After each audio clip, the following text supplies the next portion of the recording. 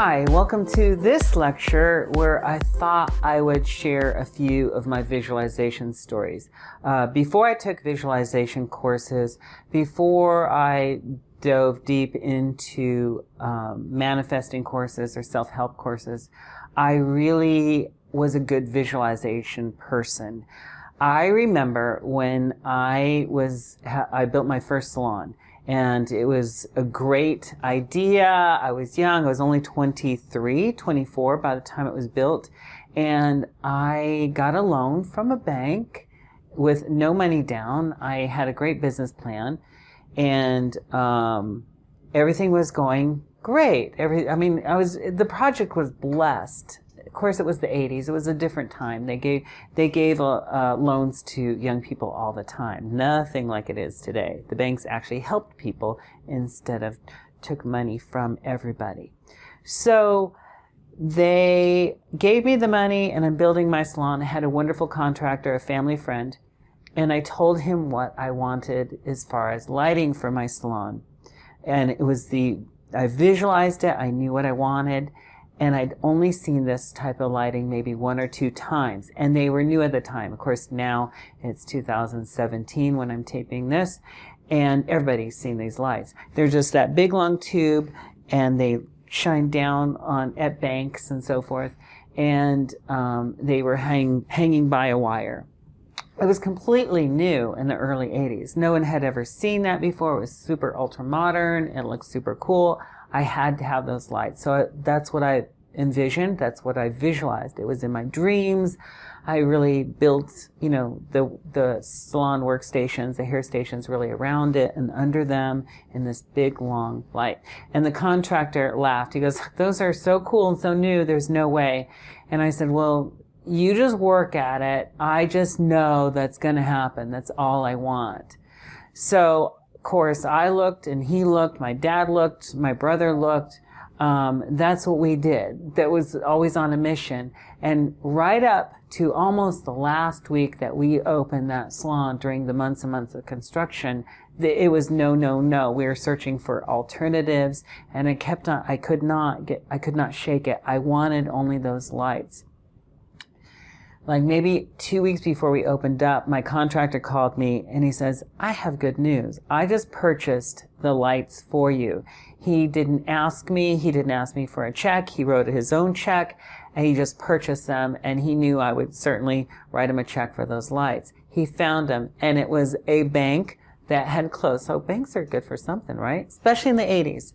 So they closed, and they had to quickly sell these lights. And so maybe the bank had only been remodeled or something for a year, and they lost their lights. So I got them. So that's just a story to tell you that I believe wholly, sincerely, and in my heart and in my reality and my experience that when you visualize something, there is a universe, there is a higher power, there is your subconscious, or maybe I projected what I wanted so greatly on everybody else that they went out and they had that visualization as well, because I was clear on my visualization.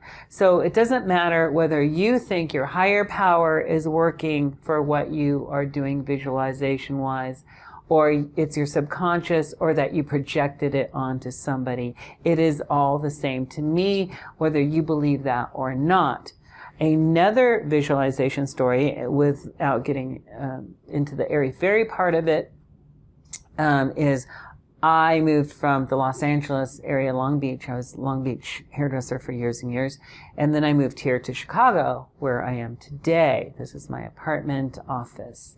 And when I moved here, or before I moved here, I drew visualizations on a pad of paper. And this is when I was reading Shakti Gawain's book, Creative Visualization, a great book. Creative Visualization by Shakti Gawain, just so great. Again, I really didn't feel that her book taught visualization, the little how-tos, as much as I do here. She just says, just do it. So I'm telling you how to. I'm not saying I'm better than her, I'm just saying.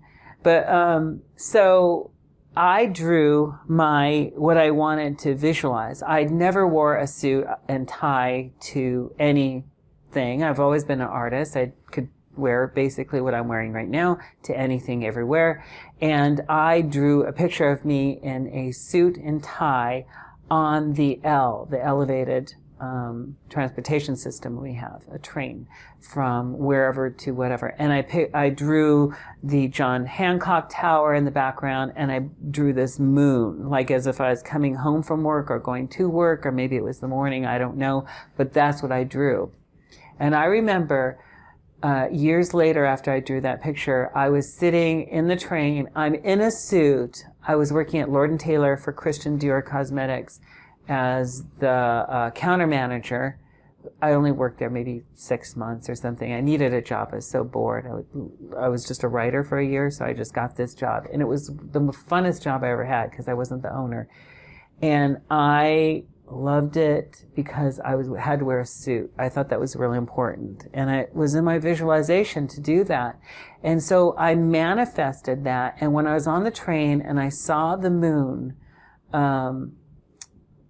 it just looked so familiar to me. It was just so wild. It was like deja vu. But I go, no, this is more real than not real. And I dug up that picture, and I still have it somewhere. I tried to find it for you, but I didn't. And there it was. I mean, it played itself out to almost the super detail, the colors, and so forth.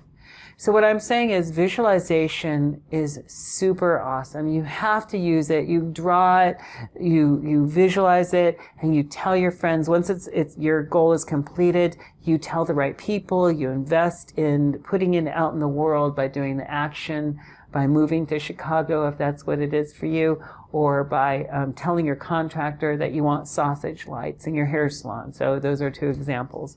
So that's what visualization can do for you. And I really believe in that higher power stuff working for you. And in the next section, we'll get a little bit more into higher power. But if that's not your thing, don't worry, you don't have to deal with that now or in the next lectures. So I just want to share with you about that. So I just want to move into the next lecture, and we'll have fun there.